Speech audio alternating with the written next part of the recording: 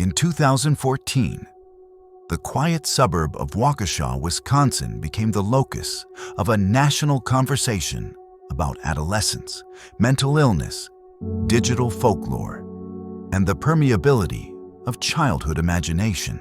What came to be known as the Slender Man stabbing involved three 12-year-old girls, Peyton Leutner, Morgan Geyser, and Anissa Wire, whose lives intersected in ways that none of their families could have foreseen.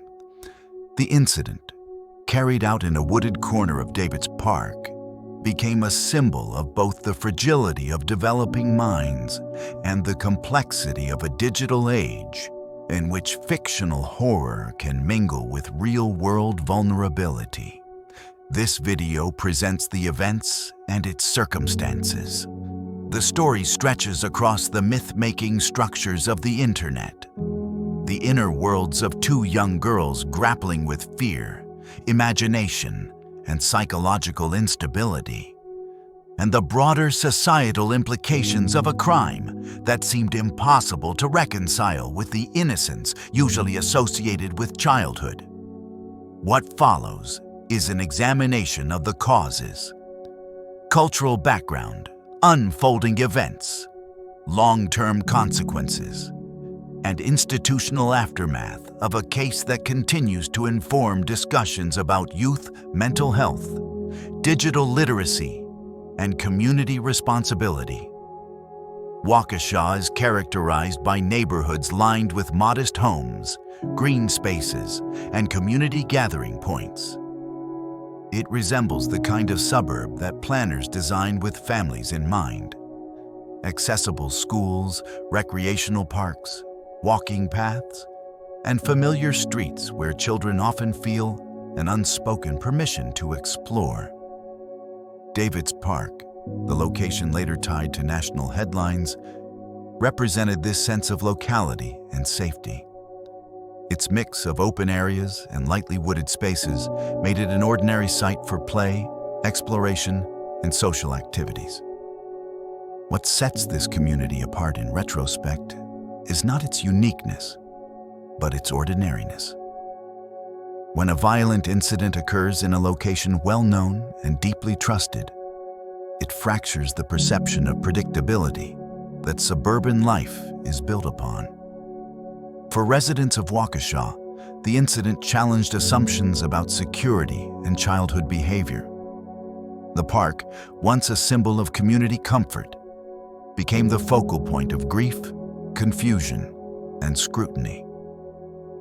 This shift from familiarity to disquiet is central to understanding why the case resonated so widely.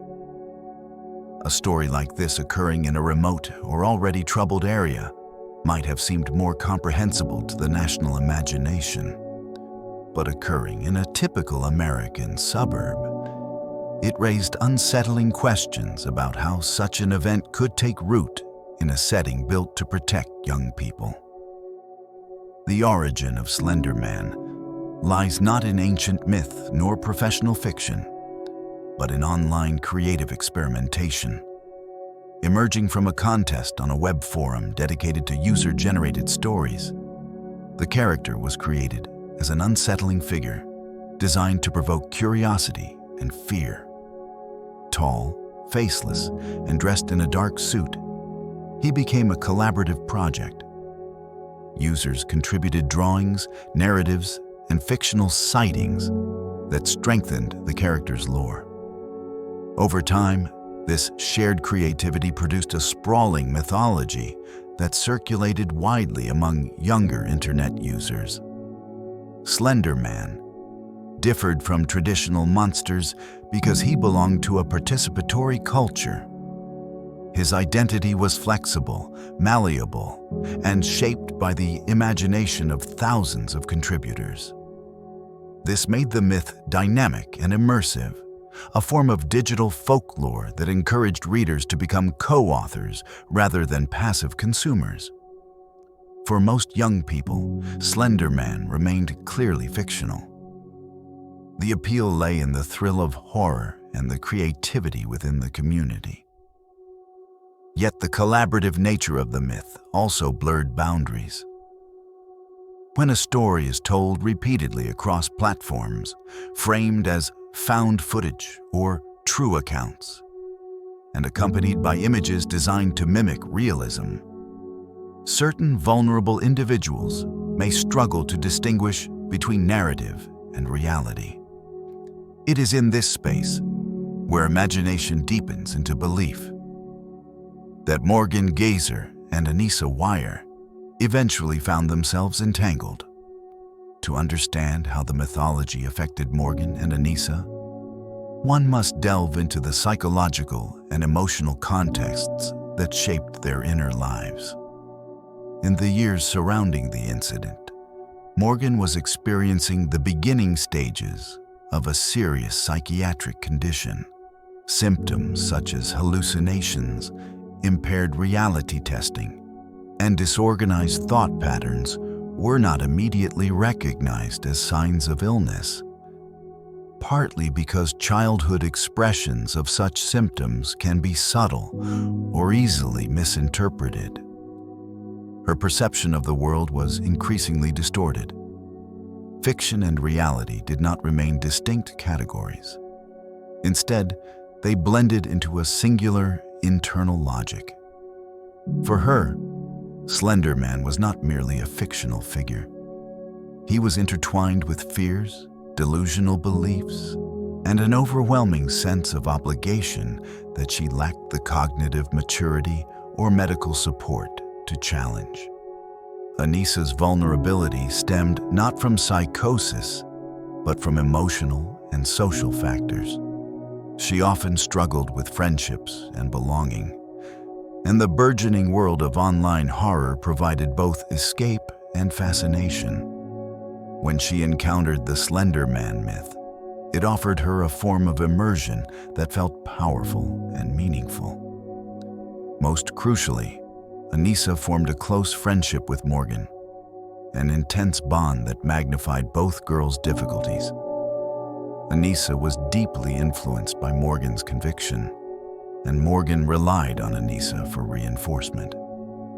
Their friendship created a closed ecosystem where doubts dissolved and imagination solidified into shared belief. In this dynamic, each girl shaped the other's worldview. Their internal vulnerabilities converged, producing a psychological environment where extreme actions could seem justified, even necessary, through the distorted lens of fear and loyalty. In the weeks preceding the incident, Morgan and Anissa's conversations grew increasingly dominated by their obsession with Slender Man. They believed he demanded acts of loyalty, and they convinced themselves they must act to protect themselves or gain his approval. This belief did not emerge overnight. It evolved through repeated discussions, online immersion, and an escalating reinforcement of one another's fears. The planning process remained clandestine. It took place in hushed tones, private exchanges, and digital spaces. At times, their ideas shifted, reflecting their youth and instability. Yet they continued to circle back to the notion of carrying out an act that they interpreted as a form of initiation or allegiance. The sleepover they planned with Peyton Leutner was framed outwardly as an ordinary gathering among friends. Internally, however, it represented a step toward what they believed was required of them. They spoke to each other about Slender Man not as a fictional invention, but as a looming presence whose expectations dictated their actions. On the morning that would later become the focus of national news, the girls left home after their sleepover and made their way toward David's Park. Their walk seemed unremarkable to any observer. A trio of young friends heading to a familiar area. Yet, beneath the surface, the two perpetrators were guided by distorted beliefs, while Peyton remained unaware of the danger that was growing around her. The wooded section of the park, though small and relatively narrow, offered enough seclusion to enable the girls' misguided plan to unfold. The incident itself did not unfold as swiftly as their planning had imagined. There were moments of hesitation, disorganization, and confusion, periods that reflected their youth and their internal conflict. Peyton endured a traumatic assault, but demonstrated remarkable resilience in seeking help and fighting for survival. She reached a nearby path where she was discovered by individuals who quickly summoned assistance. Emergency responders ensured she received critical medical care, and she was transported to a hospital where her recovery began. Meanwhile, Morgan and Anissa left the scene and walked for several miles. They believed they were traveling toward Slender Man's mansion, a location from the mythos they had internalized. Authorities found them later that day, physically unharmed but psychologically absorbed in a mission based entirely on distorted belief. Peyton's survival became the center of the community's relief and hope. Her injuries required medical intervention, but her physical recovery progressed steadily. The emotional aftermath, however, posed a much more complex challenge. Trust, safety, and childhood innocence had been shaken. Her family became a foundation of support. They navigated the dual pressures of helping her heal and enduring the spotlight of public attention. Peyton gradually returned to school and daily life, working to reclaim her confidence and sense of normalcy. Over time, she demonstrated resilience that drew admiration from those who followed the case. Her story is not one defined by victimhood, but one defined by strength, perseverance, and determination to move forward. Within Waukesha, the incident prompted self-reflection. Parents reevaluated their awareness of their children's online activities. Educators revisited mental health policies and support systems. Local officials faced the unwelcome reality of a violent incident involving young children in a trusted environment. Nationally, the case raised broader questions about digital culture and childhood development. Commentators debated the potential influence of internet mythology on susceptible youth. Some focused too heavily on the character of Slender Man, while experts stressed that the true causes lay in a complex interplay of mental illness, peer dynamics, and developmental vulnerability. At its core, the discourse highlighted society's struggle to understand how fictional narratives, particularly those born from communal creativity, might intersect with the psychological struggles of young individuals lacking proper support. The legal proceedings that followed were shaped by the delicate balance between holding young individuals accountable and acknowledging the profound role of mental health in their actions. Morgan and Anissa were charged with serious offenses, sparking immediate debate about whether such charges were appropriate for 12-year-olds. Evaluations conducted by mental health professionals documented the severity of Morgan's psychiatric symptoms, including active hallucinations and delusional beliefs. These findings became central to her legal outcome. Anissa, though not psychotic, demonstrated extreme susceptibility to influence and a tendency toward cognitive immersion in fantasy narratives. Ultimately, both girls were adjudicated not guilty by reason of mental illness. The justice system ordered them into long-term psychiatric treatment rather than traditional incarceration. These decisions reflected an understanding that their actions arose not from malice, but from distorted thinking rooted in psychological instability and developmental immaturity.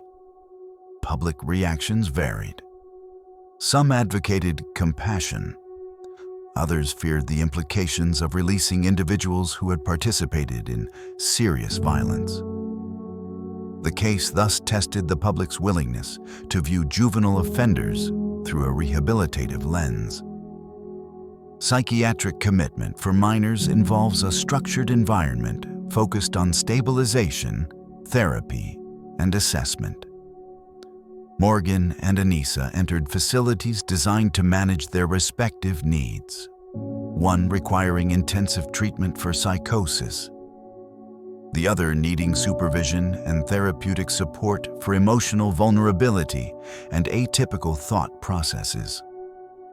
Their progress was reviewed regularly by courts, clinicians, and mental health boards.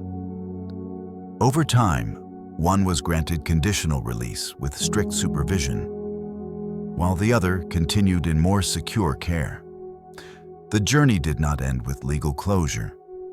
It evolved into a long-term process of rehabilitation, risk assessment, and public safety planning.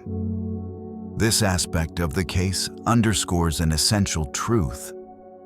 Long-term mental health recovery does not follow predictable timelines, especially for individuals whose conditions emerged during formative years.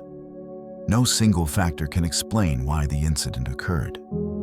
Instead, several forces converged. Morgan's experience of severe mental illness distorted her perception of reality, making fictional narratives appear urgently real.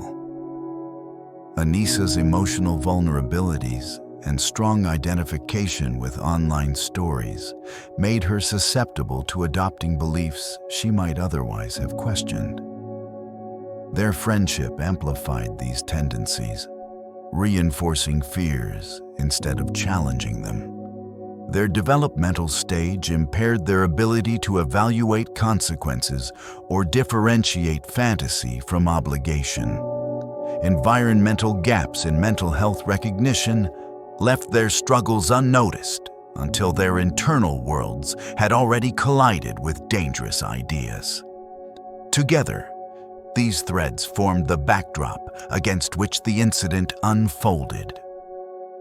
The Slender Man case prompted society to examine how digital folklore operates in the modern era. It raised questions about online communities, fictional narratives, participatory horror, and the need for digital literacy among young users. Mental health professionals emphasize that fictional content does not create violence. Rather, it becomes problematic when encountered by individuals already struggling with untreated psychiatric or emotional issues. The case also highlighted the importance of early mental health intervention, community awareness, and accessible resources for families. Schools and community programs expanded training in recognizing early warning signs. Conversations about youth mental illness became more widespread. Digital platforms, too, faced discussions about how to categorize, present, and contextualize horror content that blends realism with fiction. More than a decade later, the Slender Man incident remains a reference point in discussions about youth, mental illness, digital culture, and community responsibility. Its lessons extend across multiple fields: law, education, psychology, and internet studies. It serves as a reminder that children, even in environments designed to protect them, may experience internal struggles hidden from view. It cautions society not to underestimate the intensity of adolescent emotion, the power of peer influence, or the vulnerability that can emerge when mental illness goes unrecognized. Above all, it underscores the importance of vigilance, support, and compassion. qualities essential for guiding young people through a world where reality and imagination often coexist in complex ways. The Slender Man stabbing remains one of the most unsettling juvenile cases of the digital era. Not because of its sensational elements, but because of its profound complexity. The incident involved a vulnerable survivor whose resilience continues to inspire. Two perpetrators shaped by fear and psychological instability, and a community forced to confront an unexpected crisis. The story illustrates how digital mythology, untreated mental illness, intense peer dynamics, and developmental fragility can intersect with tragic consequences. It highlights the need for early intervention, robust mental health support, and thoughtful engagement with the digital environments young people inhabit. In understanding this case, society gains not only insight into a rare but impactful event, but also a deeper awareness of the responsibilities shared by families, institutions, and communities in protecting and guiding the next generation. Thank you for watching and for taking the time to explore the deeper context behind this difficult and widely misunderstood case. Incidents like this remind us that history is not only shaped by events, but by the complex human stories and societal conditions that surround them. If you found this analysis helpful and would like to see more long-form examinations of historical events, cultural shifts, or cases that continue to shape public understanding, feel free to subscribe to the channel.